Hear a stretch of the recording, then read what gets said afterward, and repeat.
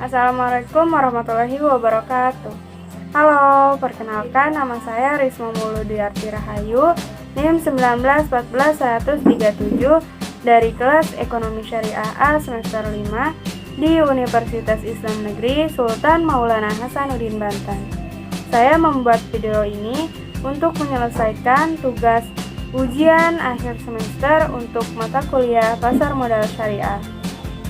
Yuk, kita simak video selanjutnya.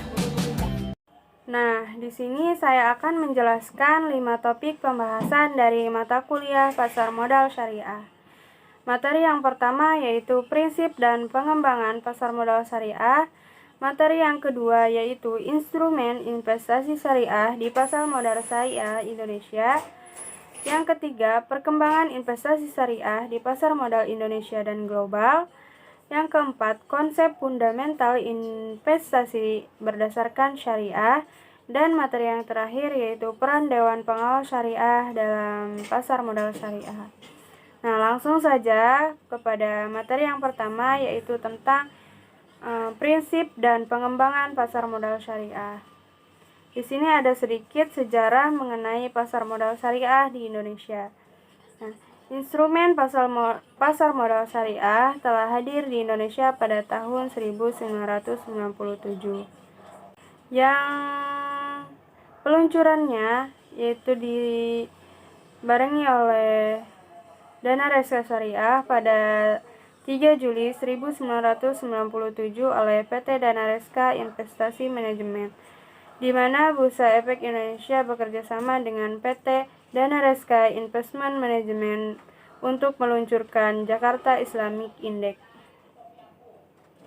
Pada tanggal 14 Maret 2003, pasar modal syariah secara resmi diluncurkan di Indonesia, bersamaan dengan penandatanganan MOU dan Bapepam LK dengan Dewan Syariah Nasional Majelis Ulama Indonesia atau DSN MUI. Perkembangan sektor keuangan pada saat ini mengalami pertumbuhan yang pesat, terutama pada pasar modal syariah. Perkembangan pasar modal syariah Indonesia didorong oleh adanya permintaan pasar terlebih dahulu. Kemudian pemerintah turun tangan dengan menerbitkan regulasi pendukungnya. Nah, poin yang kedua yaitu ada prinsip pasar modal syariah. Nah, prinsip pasar modal syariah itu apa aja sih? Nah, di sini ada riba, goror, maisir, kehalalan produk, dan transaksi doror. Nah, materi selanjutnya yaitu tentang instrumen investasi syariah di pasar modal syariah Indonesia. Pasar modal syariah secara sederhana merupakan pasar modal yang menerapkan prinsip-prinsip syariah dalam kegiatan transaksi ekonomi dan tidak terlepas dari hal-hal yang dilarang oleh syariat seperti unsur riba, perjudian, spekulasi, dan lain-lain. Nah, di sini ada fungsi pasar modal syariah. Menurut MM Metawali, keberadaan pasar modal syariah secara umum berfungsi satu, untuk memungkinkan bagi masyarakat berpartisipasi dalam kegiatan bisnis dengan memperoleh bagian dari keuntungan dan risikonya. Yang kedua, memungkinkan para pemegang saham menjual sahamnya guna mendapatkan likuiditas. Dan yang ketiga, memungkinkan perusahaan meningkatkan modal dari luar untuk membangun dan mengembangkan lini produksinya.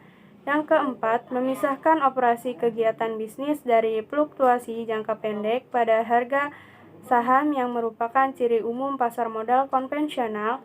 Yang kelima, itu memungkinkan investasi pada ekonomi itu ditentukan oleh kinerja kegiatan bisnis sebagaimana tercermin pada harga saham.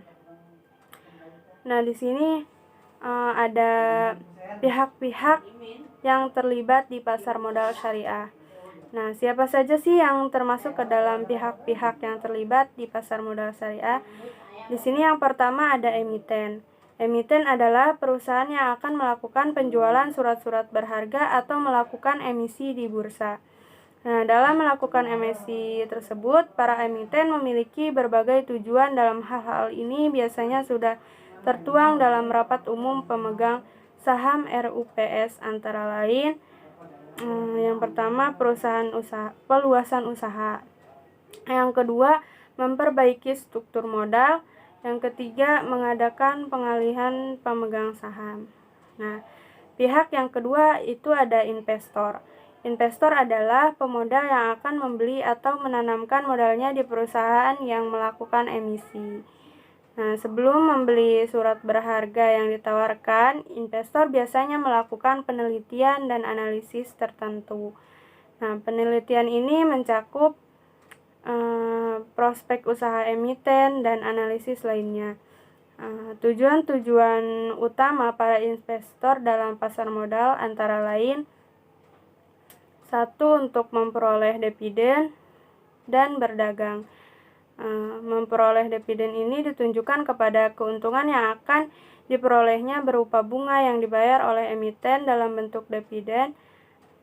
Kepemilikan perusahaan: semakin banyak saham yang dimiliki, maka semakin besar perusahaan menguasai penguasaan perusahaan. Nah, yang kedua itu berdagang. Saham, dalam hal ini saham dijual kembali pada saat harga tinggi. Pengharapannya adalah pada saham yang benar-benar dapat menaikkan keuntungannya dari jual beli sahamnya.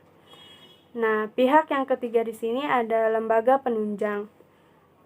Fungsi lembaga penunjang ini antara lain turut serta mendukung beroperasinya pasar modal, sehingga mempermudah baik emiten maupun investor dalam melakukan berbagai kegiatan yang berkaitan dengan pasar modal.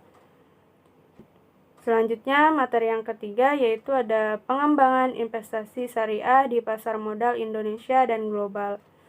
Di sini ada pengertian investasi syariah.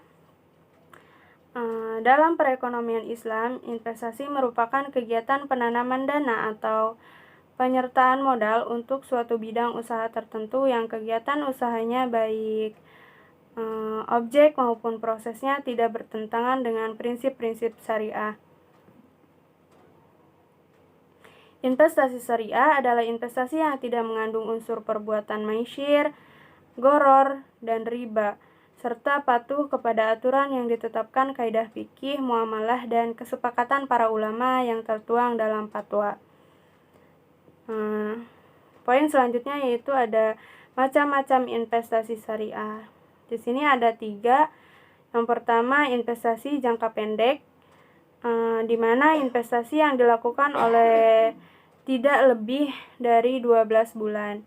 Nah, yang kedua itu ada investasi jangka menengah, di mana investasi yang memiliki rentang waktu lama atau lebih atau kurang dari 5 tahun. Sedangkan investasi jangka panjang yaitu rentang waktunya lama atau di sini lebih dari 5 tahun. Nah, poin selanjutnya ada perkembangan investasi syariah di negara lain. Di sini ada negara Singapura, Afrika, Cina, Malaysia, dan Amerika Serikat. Nah, yang pertama itu ada Singapura. Pemerintah Singapura adalah negara non-muslim pertama yang bergabung dan diikuti oleh Inggris Raya dan Hong Kong, yang baru saja meluncurkan sukuk pertama mereka pada 2014 lalu. Nah, yang kedua itu ada Afrika. Baru-baru ini negara-negara Afrika seperti Afrika Selatan, Nigeria, Pantai Gading telah membuat perubahan undang-undang dan pajak. Di antara yang lainnya, membuat peminjam lebih mudah memperoleh sukuk. Nah, yang ketiga itu ada Cina.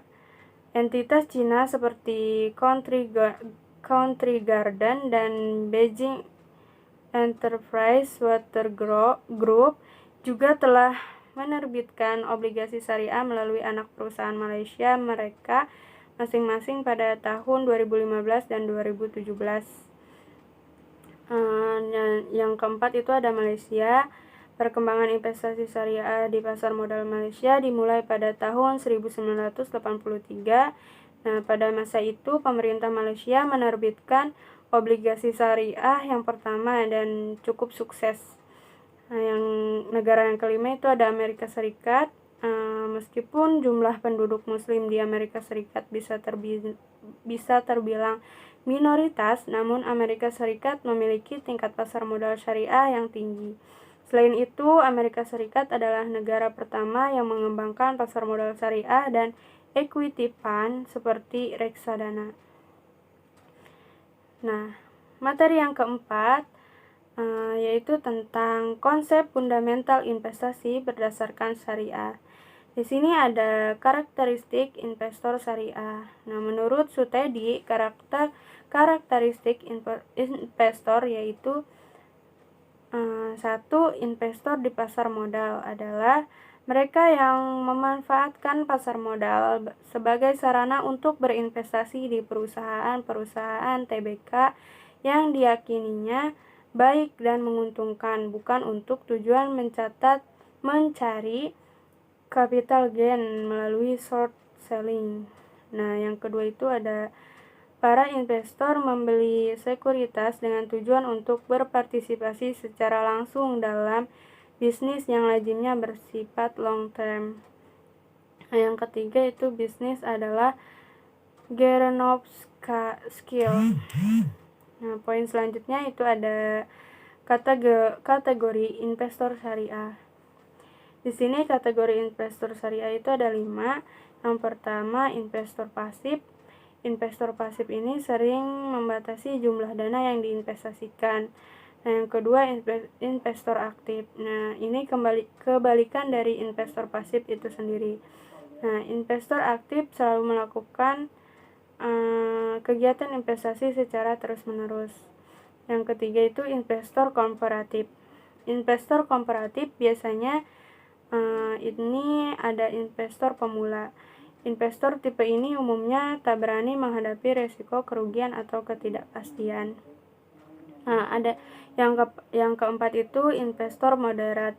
Investor tipe ini lebih berani untuk mengambil resiko meskipun tidak terlalu signifikan. Nah, yang kelima itu ada investor agresif. Investor tipe ini paham betul bahwa return tinggi akan diikuti dengan resiko yang tinggi pula. Nah, materi yang terakhir yaitu materi yang kelima tentang peran Dewan Pengawas Syariah dalam pasar modal syariah.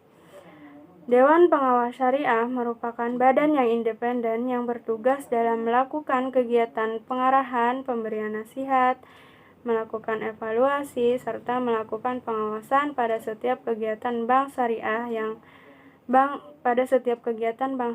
dalam rangka untuk memastikan bahwa di setiap kegiatan operasional perbankan syariah dijalankan sebagaimana mestinya, yaitu telah mematuhi prinsip-prinsip syariah tersebut sebagaimana yang telah ditentukan oleh fatwa dan syariah Islam. Nah, di sini ada peran Dewan Pengawas Syariah. Yang pertama itu directing. Directing itu memberikan pengarahan, pemikiran, saran, dan nasihat kepada direksi bank syariah mengenai hal-hal yang berkaitan dengan aspek syariah. Nah, yang kedua itu reviewing, yaitu mencermati, memeriksa, mengkaji, dan menilai implementasi fatwa DSN pada operasional bank syariah.